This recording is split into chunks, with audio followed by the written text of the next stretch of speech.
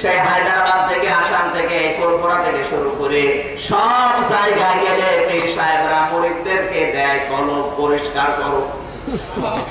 কলব পরিষ্কারের হাতিয়াররা কি দিয়েছেন?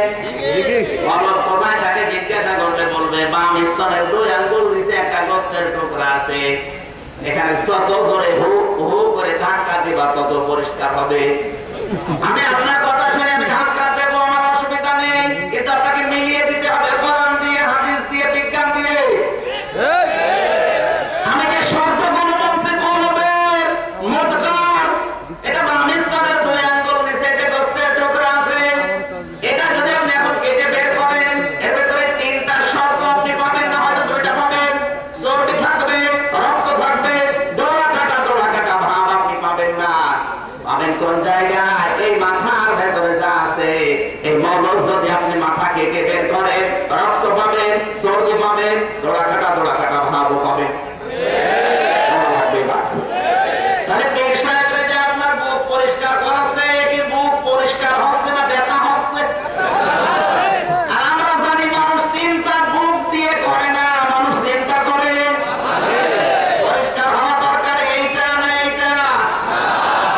এইটা পরিষ্কার নেই, এই জন্যই তো ঘুষ খায়। পরিষ্কার নেই, এই জন্যই জেনা করে। এইটা পরিষ্কার নেই, এই জন্য কোরআনের মাহফিলে বাধা দেয়। এইটা পরিষ্কার করার দরকার না, পরিষ্কার হবে এইটা। কারণ কি? চিন্তা মানুষ কি দিয়ে করে? বলেন। এখন আপনি মাথা নিয়ে দেন কম্পিউটারের ভেতরে, দেখবেন 4টা জিনিসের ভেতরে আছে। মাথার এই সামনের দিকে আছে ফ্রন্টাল লব, 2 নম্বরে পেছনে আছে অক্সিপিটাল লব, আর 2 পাশে আছে 2টা, একটা প্যারাইটাল লব, একটা টেম্পোরাল লব। এই 4টা আবার 2 ভাগে যে 2টা করে, ওখানে 4টা আর 2টা বের হলে হয়। এই 6টা জিনিসের এক একটা ভাগে টেম্পোরাল লব, অক্সিপিটাল লব, এই 6টা ভাগের ভেতরে বিজ্ঞান এখন মাথা কম্পিউটারে দিয়ে দেখাচ্ছে যে এক একটা 7টা করে জিনিস থাকে। চিন্তা করে এক জায়গা দিয়ে, দেখে আরেক জায়গা দিয়ে, সুখ পায় আরেকটা জায়গা দিয়ে, অনুভূতি আসে আরেকটা জায়গা দিয়ে। আপনি যখন কাঁদবেন তখন আরেকটা ছেলের কাজ, এরকম 6-7টা। 6-7টা কি? 42। 6-7টা 42টা জিনিস মাথার ভেতরে কাজ করছে। আপনি যে দেখেন এটা কিন্তু এই ফ্রন্টাল লব দিয়ে না, এই অক্সিপিটাল লব দিয়ে। অক্সিপিটাল লবের ভেতরে আছে 7টা জিনিস। এ দেখার কাজ করবে, অনুভূতির কাজ করবে, আনন্দের কাজ করবে।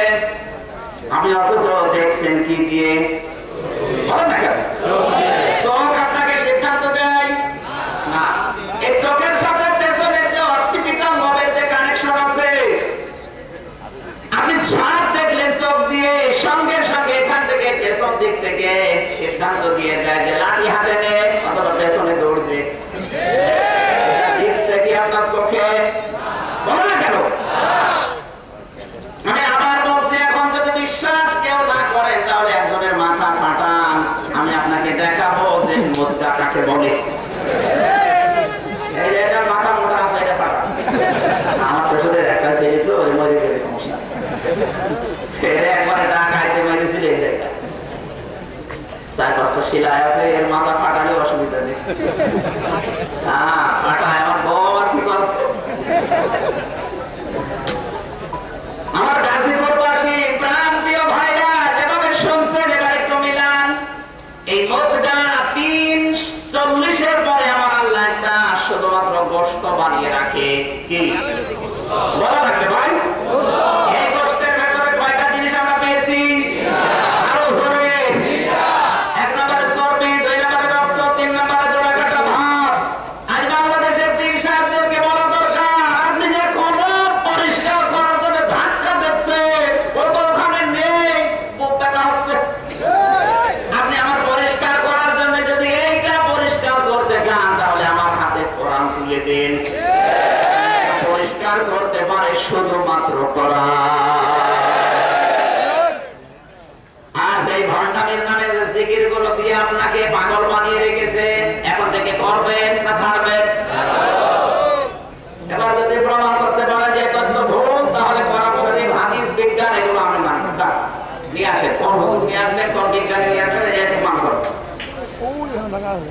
এত দলিল দিয়েও যদি আপনার ওই বাবার উপরে এত ভরসা থাকে,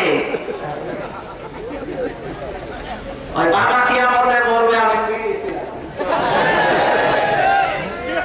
আশা করছি কথা বোঝা গেছে। আমার দায়িত্বে অ্যাডভার্টাইজ করা, আমার যা যতটুকু যোগ্যতা ছিল আমি অ্যাডভার্টাইজ করলাম। এরপরও যদি ভুল সিদ্ধান্তে কেউ মেনে নিয়ে ওইভাবে জাহান্নামে যাচ্ছে, আপনাকে খেলা করছে। এই ঝামেলাপূর্ণ জিকির এখন কি বেকার ধাক্কা দিয়ে মুখ ব্যথা করবেন, না এইটা পরিষ্কার করবেন? এটা পরিষ্কার করেন, এটা পরিষ্কার করেন। আপনি সুদ খাবেন না, এটা পরিষ্কার করলে ঘুষ খাবেন না, এটা পরিষ্কার করলে ধর্ষণ করবেন না। জ্ঞানী মানুষ শিক্ষিত মানুষ আশা করে আপনি বুঝে ফেলেছেন, আলহামদুলিল্লাহ। এবার বিজ্ঞান জানিয়েছে কোরআনে কারিমের আয়াত নিয়ে আল্লাহ পাক বলেন, সুম্মা খালাকনান নুতফাতান আলাকাতান ফাখালাকনাল আলাকাতা মুদগাতান ফাখালাকনাল মুদগাতা ইযামান লাহমা। আল্লাহ পাক বলেন, যে গোশতটা হয়ে থাকে 40 দিন, আমি আল্লাহ এই গোশতের ভিতরে 4টা জিনিস তৈরি করি বাবার ওই বীর্যের অংশ দিয়ে। কয়টা? আরো জোরে বলেন। বাবার এই বীর্য দিয়ে আমি কমপক্ষে 4টা জিনিস বানাই, চুল, রগ, হাড় আর পর্দা। আর মায়ের রেহেমের ভেতরে যে নাপাক পানিটা আছে ওইটা দিয়ে আরো 4টা বানাই, রক্ত, গোশত, চর্বি আর চামড়া। এবার আসেন তো বাবার যে বীর্য দিয়ে কি বানিয়েছে আল্লাহ? চুল, রগ, হাড় আর পর্দা। চুল বানাই 43-এর পরে গিয়ে হাড় দেয় আমার আল্লাহ আপনার এই 3.5 হাত বডির ভেতরে কমপক্ষে 206 প্রকার। বাড়ি যেয়ে খেয়ে সুবহানাল্লাহ বলে 3.5 হাত বডির ভেতরে হাড় আছে বাবার ওই বীর্য দিয়ে যেটা তৈরি। কয়টা? 206। এই হাড়গুলো সব কিন্তু একরকম না। যেখানে যে হাড় দরকার আমার আল্লাহ রব নামের কারণে ওই হাড় ওই জায়গায় লাগিয়েছেন। হাতের হাড় মোটা, আঙ্গুলের হাড় চিকন, ঘাড়ের হাড় মোটা, মাথার হাড় আর এক রকম। এরকম পুরা 3.5 হাত বডিতে হাড় আছে কত প্রকার। এই হাড় শুধু আল্লাহ সেট করে দিলেই পারবেন, কিন্তু মানুষ বসতে পারতো না, এসব এভাবে বসে থাকতে পারতো না। এটা না 3.5 হাত বডির ভেতরে আমার আল্লাহ জোড়া সিস্টেম করে নাট বল্টু করে দিয়েছেন 360টা। 3.5 হাত বডিতে জোড়া আছে কয়টা? বলেন 360টা জোড়া আছে। এখান থেকে আমার একটু খটকা লাগে, যেখানে আমার আল্লাহ রোগ দিয়েছেন, হাড় দিয়েছেন, ওই জায়গায় দেখবেন চামড়া একটু বড় বড় আছে। আপনি আঙ্গুল থেকে শুরু করে দেখেন এর পরে যে গিরাটা আছে এখানে একটু বাঁকা হয়, এখানে কিন্তু একটু চামড়া জড়ো করা আছে। একবার বলেন এর পরেরটা আর একটু বড় করা আছে।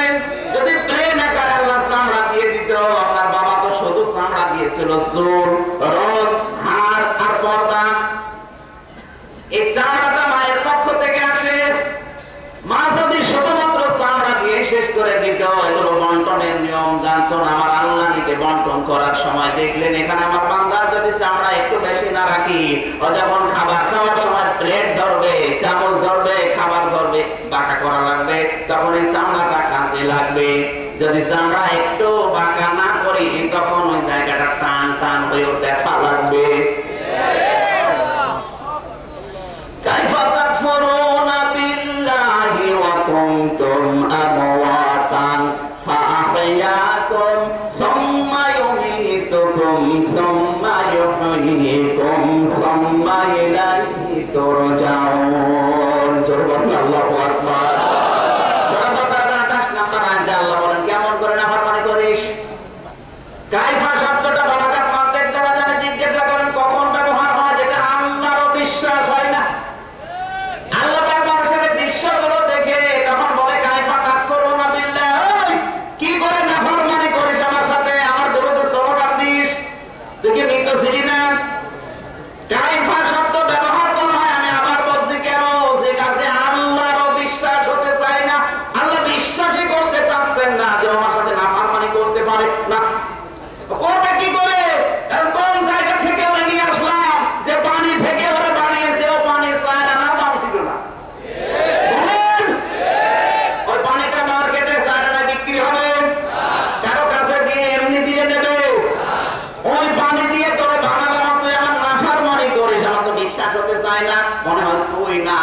অন্য কেউ পড়াচ্ছে, তোরে যে অন্য কেউ পড়াচ্ছে সেটাকে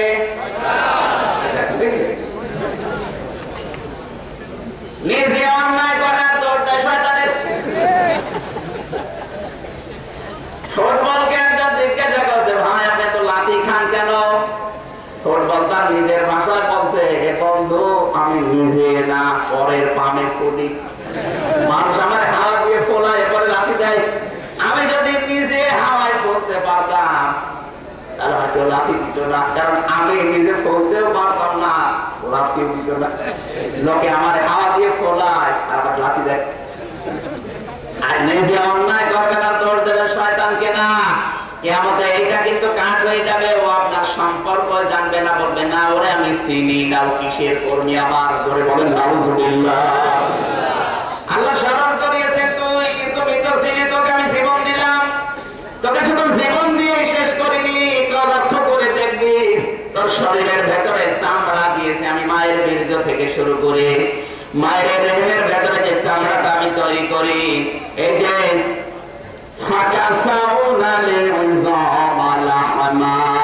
এই গোশতটার উপরে চামড়া না দিলে হয়তো তোর গোশত পছন্দ হতো, নষ্ট হয়ে যেত। এটা চামড়া দিয়ে আমি আল্লাহ প্যাকেট করলাম, কিন্তু চামড়া আমি একরকম দুই রকম না, 12,500 প্রকার চামড়া 3.5 বডির ভেতরে লাগানো আছে।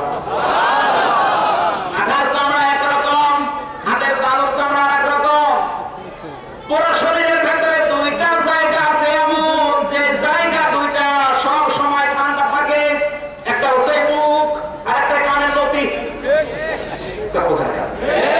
পুরো শরীরের ভেতরে দুইটা জায়গা গরম থাকে, একটা হচ্ছে বগল আর একটা দুই রানের মাঝে। এখানে যারা গরিব মানুষ দেখবেন বিভিন্ন জায়গায় ঘুমিয়ে থাকে, ট্রেন স্টেশনে, বাস স্টেশনে, লঞ্চ স্টেশনে, ওদের গায়ে তেমন কাপড় চোপড় থাকে না, কিন্তু এই খোলা আকাশ আর নিচে তারা ঘুমাচ্ছে নাক ডেকে, কারণ এমন ভাবে ঘুমায় হাত দুইটা রানের মাঝে, পুরা শরীর ওদের গরম হতে হতে। ওদের কম্বল নেই দামি দামি, কিন্তু ওদের শরীর গরম করার মেশিন ওর ভেতরে আছে। নিচে নামা লাগবে। আল্লাহ রাব্বুল আলামিনের নবী বলেন, আমি একদিন মসজিদে নববীতে আলোচনা করছিলাম, হঠাৎ করে আমি জিজ্ঞাসা করলাম সাহাবীরা, তোমার শরীরের ভেতরে, তোমাদের শরীরের ভেতরে 206টা হাড় আছে, এই 206 প্রকার হাড়ের ভেতরে তোমাদের পুরা শরীরে জোড়া আছে 300। বলেন বলেন, এই 360টা হাড় জোড়া যে আল্লাহ দিলেন, এই প্রতিটি জোড়ার বিনিময়ে তোমরা কিন্তু আল্লাহ রাস্তায় সাদকা করবে প্রতিদিন। সঙ্গে সঙ্গে সাহাবীরা বললেন, হে নবী আমরা গরিব মানুষ, সাদকা করব কি দিয়ে? আল্লাহর নবী বললেন, তোমরা দুইটা জিনিস দিয়ে সাদকা করতে পারো, তোমাদের জন্য সহজ। এক নম্বরে যখন আল্লাহর ঘর মসজিদে আসবে, যদি কোনো ময়লা, কোনো কাশ অথবা শরীরের কোন অঙ্গের ময়লা যদি পড়ে থাকে, কারো দিকে তাকিয়ে না, কারো প্রশংসা পাওয়ার জন্য না, শুধু আল্লাহর ঘর মনে করে নিজের পক্ষ থেকে ওটা পরিষ্কার করে দিবা, তাহলে ওই জোড়ার সাদকা আদায় হয়ে যাবে। দ্বিতীয় নম্বর তোমাদেরকে বলছি, রাস্তায় যদি কোনো কষ্টদায়ক বস্তু থাকে, কাটা থাকে, ইট থাকে, তাহলে ওইটা তোমার নিজের ইমানের দায়িত্ব মনে করে সরিয়ে দেবে, যেন মানুষের কষ্ট না হয়, তাহলে ওই হাড়ের জোড়ার সাদকা আদায় হবে। আর আমরা এমন মুসলমান, রাস্তার ময়লা ফেলে দেওয়া তো দূরের কথা, আর বাড়ির ময়লাই রাস্তা জমা করে। আপনার এই হাড়ের যে সাদকা হয় না, সাদকার বাড়ি শুধুমাত্র আল্লাহ রাব্বুল আলামিন চামড়া দিয়ে শেষ করেননি। আল্লাহ পাক বলেন, 4-8টা জিনিস যখন এক হয়, এই এক হওয়ার পরে আমি আল্লাহ আমার নিজের পক্ষ থেকে রব নামের কারণে 5টা জিনিস দান করি। কয়টা? ওয়াজাআলা লাকুমুস সামআ ওয়াল আবসারা ওয়াল আফইদা লাআল্লাকুম তাশকুরুন। সূরা নাহাল 14 নম্বর পারা, 14 নম্বর পৃষ্ঠা, 14 নম্বর লাইনের 78 নম্বর আয়াতের মাঝে আছে, শেষের দিকে আছে এটা। আল্লাহ বলেন, শ্রবণ শক্তি, দর্শন শক্তি, বাক শক্তি, আকেল শক্তি আর ঘ্রাণ শক্তি, এই 5 পাঁচটা আমি আল্লাহ আমার রব নামের খাতিরে তোকে দান করি। আজকে বলার দরকার নেই, কালকে বলবেন।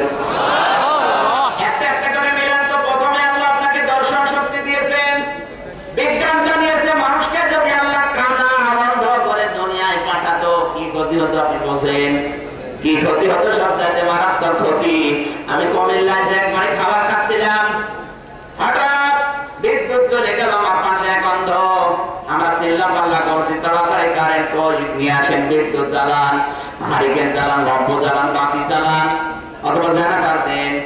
অন্ধ আমার পাশ থেকে হাত চেপে ধরে বলছো, হুজুর মাত্র 2 মিনিট কারেন্ট চলে গেছে আর আপনি চিল্লাচ্ছেন, অথচ 42 বছর আমার জীবনে কোনো কারেন্ট নেই।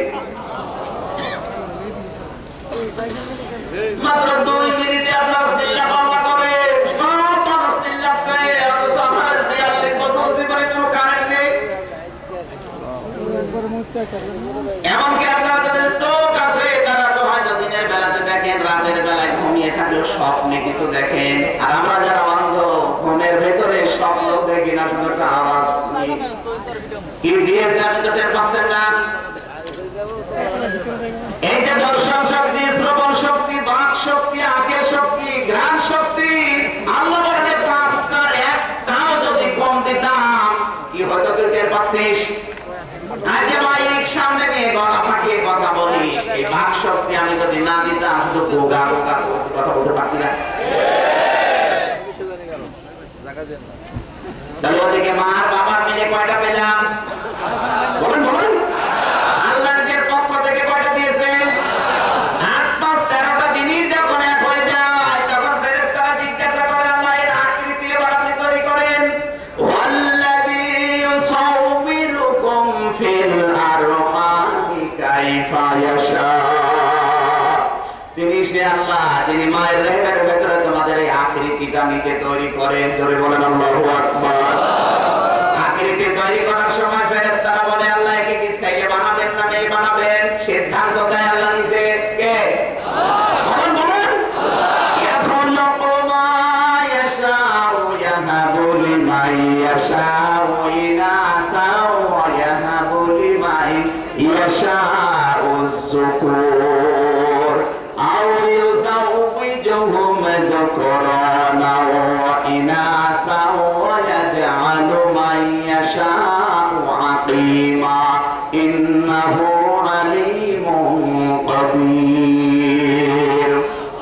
সূরা শুরার ভেতরে আছে 49 নম্বর আয়াতে, তিনি তৈরি করেন যাকে ইচ্ছা তিনি কন্যা দেন, যাকে ইচ্ছা পুত্র দেন, যাকে ইচ্ছা কন্যা পুত্র দুইটাই দেন, যাকে কিছুই দেয় না বন্ধা করে রাখে। অবান্তকে কোন জিনিস আমি আল্লাহর মত সম্মানিত রব থেকে মুখ ফিরিয়ে রেখেছে? বল। ইয়া আইয়ুহাল ইনসানু মা গাররাকা বিরাব্বিকাল কারীম আল্লাযী খালাকাকা ফাসাওয়াকা ফাআদালাক ফি আইয়ি সূরাতিন মা শাআ রাক্কাবাক। জোরে বলেন আল্লাহু আকবার।